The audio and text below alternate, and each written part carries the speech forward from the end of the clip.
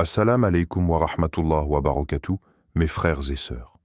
Avant de commencer, abonnez-vous à Hikmat Allah et activez la cloche pour ne rien manquer. Car cette vidéo pourrait être celle qui change votre relation avec Allah pour toujours. Il y a un moment, un instant, où les cieux s'ouvrent, où les âmes qui cherchent la lumière trouvent enfin la réponse à leurs prières. Ce moment, c'est l'heure qui précède Fajr. Mais combien d'entre nous laissent passer cette opportunité? Combien dorment sans réaliser qu'Allah tend la main à ceux qui se lèvent dans l'obscurité?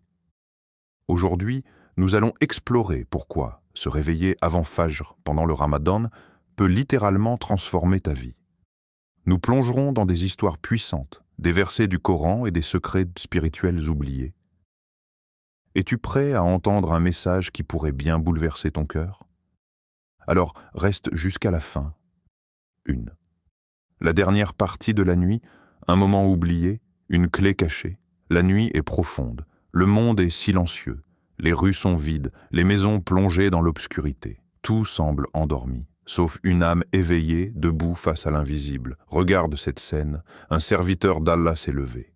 Il a brisé les chaînes du sommeil, il a laissé derrière lui la chaleur de son lit, la douceur du repos. Son cœur l'a appelé. Il a répondu, il a fait ses ablutions, purifiant son corps et son âme, et maintenant, il se tient là, seul, dans l'obscurité. Mais en réalité, il n'est pas seul. Il est avec Allah. Ses mains s'élèvent, ses lèvres chuchotent des mots que seul le Créateur entend. Peut-être pleure-t-il. Peut-être que ses épaules frémissent sous le poids de ce qu'il porte en lui. Peut-être qu'il ne sait même plus quoi dire, alors il reste simplement là, dans le silence, attendant un signe, un apaisement. Mais il ne sait pas que, à cet instant précis, quelque chose d'extraordinaire se produit. Le prophète Muhammad, paix et bénédiction sur lui, nous a révélé un secret que peu de gens connaissent, et encore moins mettent en pratique.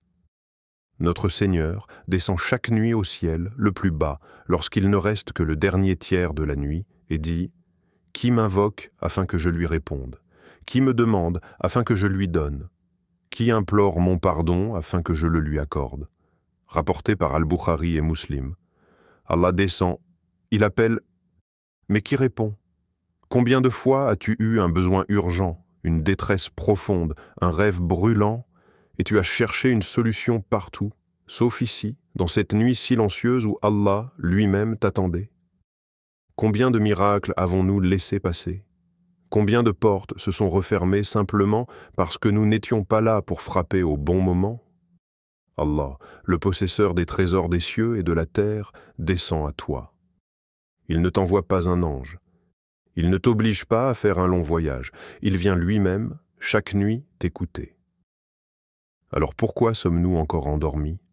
Comme Allah l'a rappelé dans le Coran, ils dormaient peu la nuit et aux dernières heures de la nuit, ils imploraient le pardon. Sourate Ad-Dariyat 51, 17-18. Les gens qui ont changé leur destin, ceux dont les cœurs se sont remplis de lumière, ceux qui ont vu leurs péchés s'effacer et leurs supplications exaucées, ont compris quelque chose que nous oublions souvent. Le dernier tiers de la nuit est une porte que très peu franchissent, une clé cachée que seul le cœur sincère saisit. Et toi, vas-tu continuer à la laisser passer? Ou vas-tu, dès cette nuit, saisir l'opportunité d'être entendu par celui qui ne refuse jamais une main levée vers lui dans l'obscurité? 2. Une histoire qui change une vie. Il y a des moments où la vie semble s'effondrer, où chaque porte que l'on frappe reste fermée, où chaque prière semble suspendue entre ciel et terre, sans réponse. C'est exactement ce que vivait cet homme. Il était accablé. Sa dette était une montagne sur ses épaules. Ses affaires s'écroulaient comme un château de sable balayé par les vagues. Sa famille était en crise. Et pourtant, il priait. Il priait encore et encore. Mais rien ne changeait. A-t-il douté? A-t-il baissé les bras?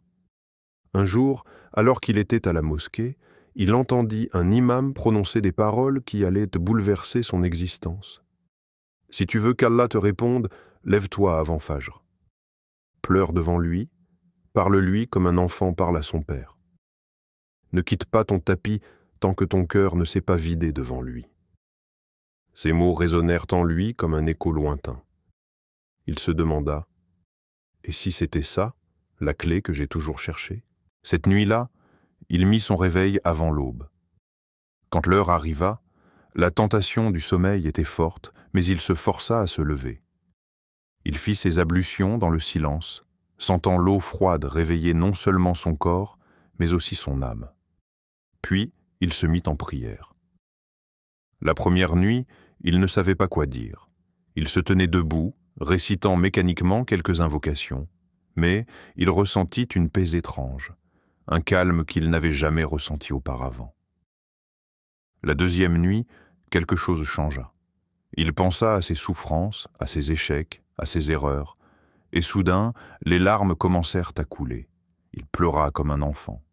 Son cœur se vida, mot après mot, supplication après supplication, et à la troisième nuit, il reçut un appel inattendu.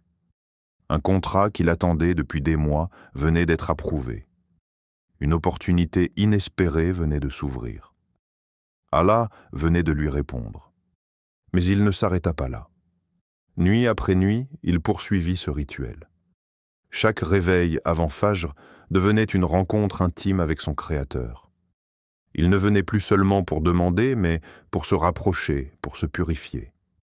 1 an plus tard, il n'était plus le même homme. Sa dette avait disparu. Son entreprise prospérait. Sa famille était en paix. Mais surtout, il avait trouvé une connexion avec Allah qu'il n'avait jamais connue auparavant. Le miracle n'a pas été seulement matériel, c'était un changement intérieur. Allah nous rappelle dans le Coran: est-ce que celui qui exauce l'angoissé quand il l'invoque et qui dissipe le mal, et qui fait de vous les héritiers de la terre? Y a-t-il donc une divinité avec Allah? Sourate An-Naml 27-62. Combien d'histoires comme celle-ci restent invisibles, simplement parce que nous n'avons jamais essayé? Combien de fois avons-nous laissé passer une solution juste sous nos yeux? Et toi, qu'attends-tu pour essayer? 3. Le Ramadan, un moment où les portes sont ouvertes. Le Ramadan, ce mois où tout change, où l'air semble plus léger, où les cœurs battent différemment, où les âmes recherchent instinctivement quelque chose de plus grand, c'est un mois où chaque seconde avant Fajr est précieuse. Un mois où les portes du ciel s'ouvrent, où les prières montent plus vite, où chaque larme versée dans l'obscurité est remarquée. Allah dit dans le Coran: ils dormaient peu la nuit et à l'aube, ils imploraient le pardon d'Allah. Sourate Ad-Dariyat 51-17-18. Regarde les pieux. Ils dormaient peu la nuit. Ils savaient que dans ces heures silencieuses, il y avait un secret, un trésor caché que seuls les éveillés peuvent à peu trouver. Et toi?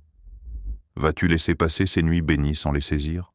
Chaque nuit de Ramadan, avant Fajr, Allah inscrit des noms parmi ceux qui seront sauvés du feu. Imagine, peut-être que cette année ton nom sera inscrit. Peut-être qu'Allah t'attend simplement une nuit. Une seule nuit où tu lèveras les mains, où ton cœur s'ouvrira vraiment. Combien de fois avons-nous laissé passer cette opportunité? Chaque nuit de ce mois est une invitation, une chance de se rapprocher d'Allah comme jamais auparavant. Ne sois pas de ceux qui dorment pendant que les portes du paradis sont ouvertes, sois de ceux qui entrent. 4. Ce que tu peux faire chaque nuit avant Fajr.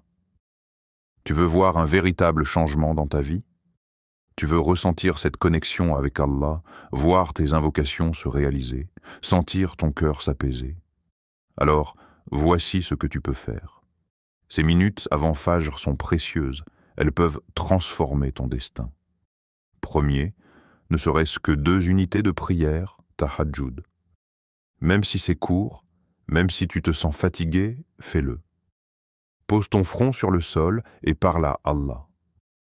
Le prophète, paix et bénédiction sur lui, a dit: le moment où le serviteur est le plus proche de son Seigneur est lorsqu'il est en prosternation.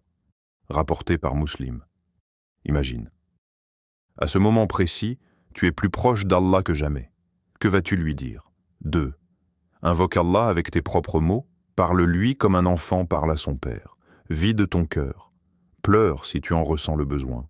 Tu n'as pas besoin de mots parfaits, tu as juste besoin de sincérité. 3. Récite cette invocation puissante. Dis cette invocation qui a le pouvoir de changer ta vie. Ya Hayyu, Ya Qayyum, bi rahmatika astaghith, asli li sha'ni, kullahu wa la takilni ila nafsi tarfata ayn. Ô vivant, ô subsistant, par ta miséricorde, je cherche secours. Améliore toute ma situation et ne me laisse pas dépendre de moi-même, ne serait-ce que le temps d'un clin d'œil. Cette invocation a été enseignée par le prophète, paix et bénédiction sur lui. Elle est un appel profond à Allah pour qu'il prenne en charge ta vie et t'éloigne de toute faiblesse. 4. Fais du dhikr, ne sous-estime jamais le pouvoir du rappel d'Allah. Dis Astaghfirullah 100 fois. Récite La ilaha illallah avec ton cœur. Chaque mot que tu prononces efface tes péchés, apaise ton âme et ouvre les portes du bien. 5. Demande quelque chose d'impossible à tes yeux. Oui, ose demander l'impossible. Tu penses que c'est trop grand, trop difficile, hors de ta portée? Ce n'est rien pour Allah.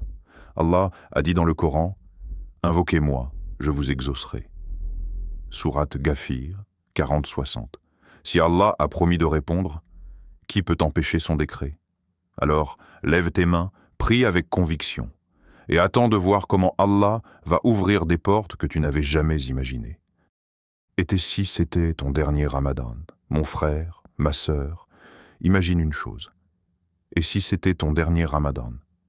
Et si c'était ton ultime chance de te lever avant Fajr et de sentir la présence d'Allah comme jamais auparavant? Ne laisse pas ces nuits partir sans laisser une trace dans ton cœur. Ne dors pas pendant que le ciel est ouvert pour toi. Le prophète, paix et bénédiction sur lui, a dit « Le Ramadan est venu à vous, un mois béni. C'est un mois où Allah regarde vos efforts et parle de vous à ses anges. Veux-tu qu'Allah parle de toi aux anges cette année? Alors, mets ton réveil, lève-toi, même pour 5 minutes, juste avant Fajr, et regarde comment Allah change ta vie. Abonne-toi à Hikmat Allah et partage cette vidéo à quelqu'un qui en a besoin. Qu'Allah t'accorde une nuit où tes prières seront exaucées. Assalam alaykum wa rahmatullah wa barakatuh.